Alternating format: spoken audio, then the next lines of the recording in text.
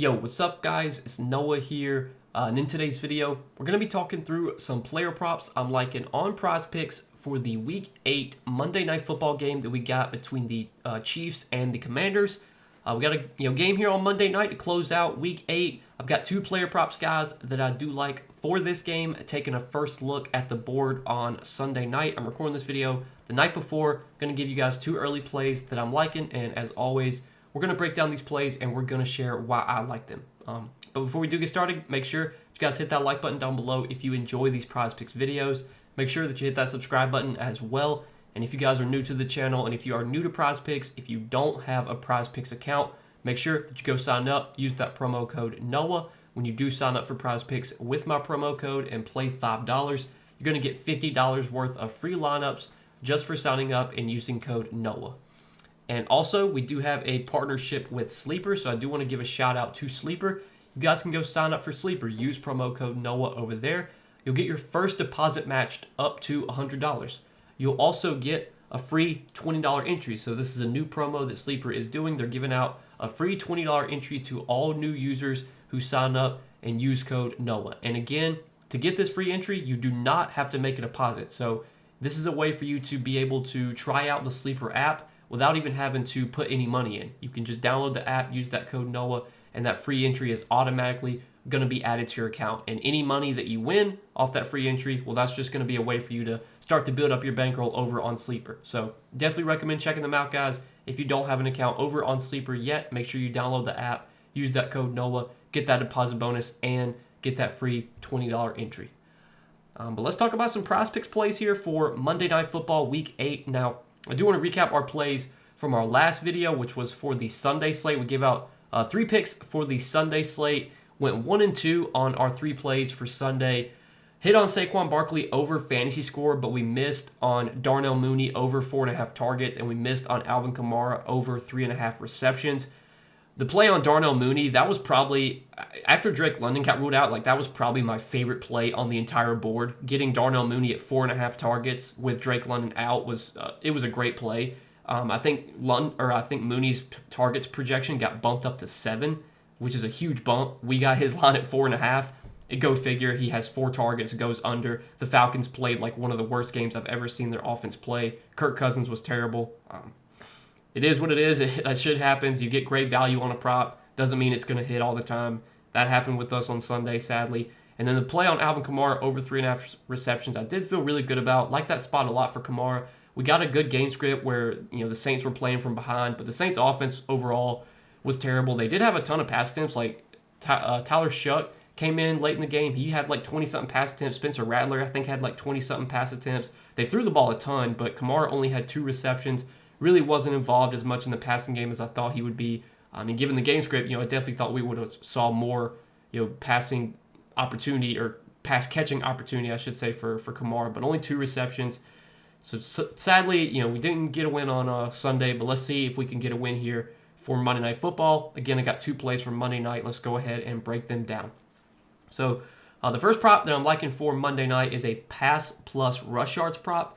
And we're going to take Marcus Mariota for more than 227.5 pass plus rush yards. So Marcus Mariota is going to be starting here on Monday night in place of Jaden Daniels. Jaden Daniels already been ruled out for this game. And we've seen Marcus Mariota already start 2 games this season. He did come in the game against Dallas last week, but he didn't start that game, didn't play the whole game. But he did start against the Raiders. In that game, he did have 247 pass plus rush yards, had 207 pass yards to go along with 40 rush yards. And then in their game against the Falcons, had 156 pass yards to go along with 20 rush yards. So he's gone over this line in 1 out of the 2 games that he has started this season. Mariota obviously is a quarterback that has a lot of experience. I mean, he's been in the league for I don't even know how long, almost 10 years, I think. Mariota's been in the league. He's been on multiple teams. He's had plenty of experience in the NFL. He's a dual threat quarterback, so he does offer rushing upside. But this is definitely a game script where we're probably going to see the Commanders forced to throw. I mean, going into this game on the road in Arrowhead, they're double-digit underdogs here. So game script likely sets up as a spot where, the Commanders are going to be forced to drop back, forced to throw. You look at Marcus Mariota's pass attempts line for Monday night, that line is set at 30.5, or it was at 30.5. It looks like Prizepicks took it off the board. But like Mariota's favored to go over 27.5 pass attempts despite, going under that line in both of his 2 starts this season. So clearly the sportsbooks are expecting more pass attempts for Mariota in this spot. And Mariota's going to, pretty much have his full weapons here. Deebo Samuel, Terry McLaurin have both been banged up lately, but they're both off the injury report going into Monday night, so they're expected to play. So we've got, pretty much a fully healthy group of pass catchers with for Mariota, with McLaurin healthy, with Deebo healthy, Zach Ertz, healthy as well. Is the matchup great against Kansas City? Probably not. I mean, Kansas City does have a really good defense, but I think this is just kind of a bet on volume type of opportunity here for Marcus Mariota. And again, I like taking his pass plus rush yards because he does offer rushing upside. He has shown mobility this year, did have 40 rush yards against the Raiders. In the start he had earlier this season, had 20 rush yards against Atlanta. And then last week against Dallas, even though he didn't even play that whole game, he did have 34 rush yards. I can't remember when he came into that game. I think it was like mid-third quarter or something like that. He had 34 rush yards last week. And the Chiefs have actually been pretty vulnerable against running quarterbacks this season. The Chiefs, I believe, are top 5 when it comes to rush yards allowed to quarterbacks this season. I do want to take a look at that real quick just to confirm. So they're giving up the 6th most. So 6th most rush yards allowed to quarterbacks. So I wouldn't be surprised if you see Mariota do some damage with his legs in this spot. But yeah, going on the road into Arrowhead in a game where they're probably going to be forced to throw, I think we'll definitely see Mariota drop back probably 30 plus times here. I think there's going to be opportunity for him to rack up yards through the air and potentially with his legs as well. And if you look on DraftKings right now, if you look on DraftKings Sportsbook, they have Mariota's pass plus rush yards line set at 234.5, 7 yards higher than what Prizepicks has their line at. So we're definitely getting a better line here on Prizepicks relative to where the sportsbooks have his lines at currently. Do like this play as our first play for Monday night. Marcus Mariota, more than 227.5 pass yards. Pass plus rush yards, I should say. And then the other prop that I like is a fantasy score on the Chiefs side.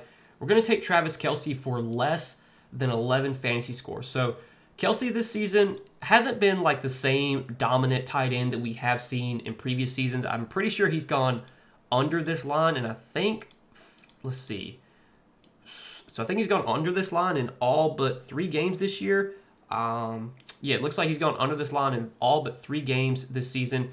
Did go over against Detroit, had 13.8 fantasy points. Did go over against Jacksonville, had 19.1. And then earlier this season in week 1 against the Chargers, he did have 2 catches for 47 yards and a touchdown. So he had 12.7 in that game. So he's gone over this line 3 times this season. But it is worth noting that we have a big return here for the Chiefs. We saw Rashee Rice return last week against the Raiders. Obviously, that was a game that the Chiefs won easily. They didn't really have to throw the ball a ton. I mean, their offense was just so effective. I don't even think Patrick Mahomes played I don't even know if he played in the second half. He might have got in there in the second half, but he didn't really play much. They were just easily moving the ball down the field against the Raiders. They won that game 31-0. Kelce did go under this line in that game, but with Rashee Rice back, that just makes this Chiefs pass catching core they're so deep. Like, they have so many guys they can get the ball to. We don't have the same situation that we had 3-4 years ago when Travis Kelce was averaging like almost 10 targets per game. Like, that's just not who he is anymore. He's a guy that is going to probably average like 5 to 6 targets per game. And you look at his games with Rashee Rice, when he has played alongside Rashee Rice, he definitely has not been as effective, especially as of late. Over his last 5 games that Kelce has played alongside Rashee Rice, he has gone under this fantasy score line in 4 out of those 5 games. And if you look at his targets in those games, only 4, 3, 5. He did have 1 game with 9 targets and then 3 targets. So he really hasn't been earning a lot of targets either in the games that he's played alongside Rashee Rice. And again, Rashee Rice is shown to be a dominant target earner in this offense. They still have Hollywood Brown. They still have Juju Smith-Schuster. Tyquan Thornton has played well this season. He's a guy that's kind of emerged as a target for Patrick Mahomes. Like, this Chiefs pass catching core is really deep. They have a lot of guys they can get the ball to. They're probably going to be a team that kind of spread the ball around. I don't know if 11 fantasy score is a line that Travis Kelce should be projected at in most games. I mean, I think now that this team is fully healthy, all their receivers are healthy, Kelce's probably going to project around like 9.5 fantasy score most weeks. Sure, there'll be weeks when maybe he projects higher given if it's a good matchup versus a bad matchup.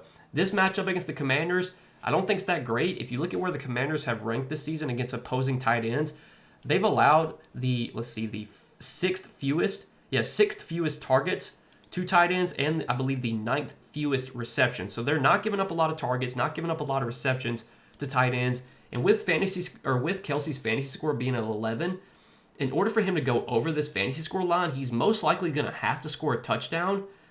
I mean, there's a chance he gets like 6 catches for 50-something yards, but like if you look at where his prop lines are set at for Monday night, his receiving yards are set at 42.5, so obviously under 50. His receptions line is set at 4, I believe. Let's see if I can find receptions. Yeah, his receptions line is set at 4. So he's basically projected for 4 catches for about 40 yards. That's 8 fantasy points. I think, in order for Kelsey to go over 11 fantasy points, I think he's probably going to have to get into the end zone. His odds to score a touchdown, I mean, I don't know what his odds are, but I'm assuming it's like plus probably 200 something, plus 300. So I know it's, we had National Tight End Day on Sunday, and you saw a bunch of tight ends score, but National Tight End Day is going to be over with on Monday, and hopefully that means, Travis Kelsey, won't be celebrating National Tight End Day a day late. But I definitely like this under on Kelsey. Just think there's too many mouths to feed in this Chiefs offense. They can really spread the ball around.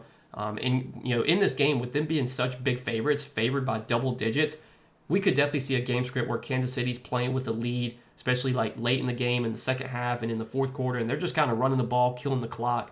I don't know if we're going to see a ton of volume in the spot for Travis Kelsey. I mean, he's only projected for 5.5 targets, and like I said, in his games with Rashee Rice, he's gone under, I think he's gone under this targets line in like 4 of his last 5 games with Rashee Rice. Like, he's just really not been earning a lot of volume.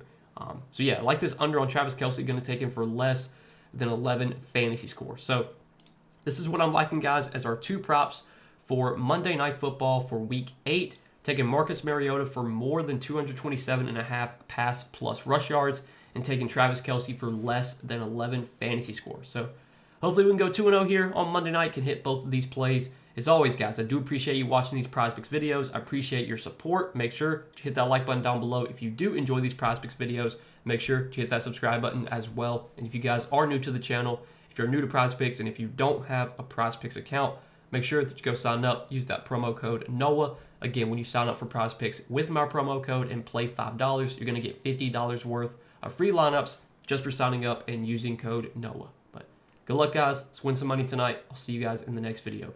Peace.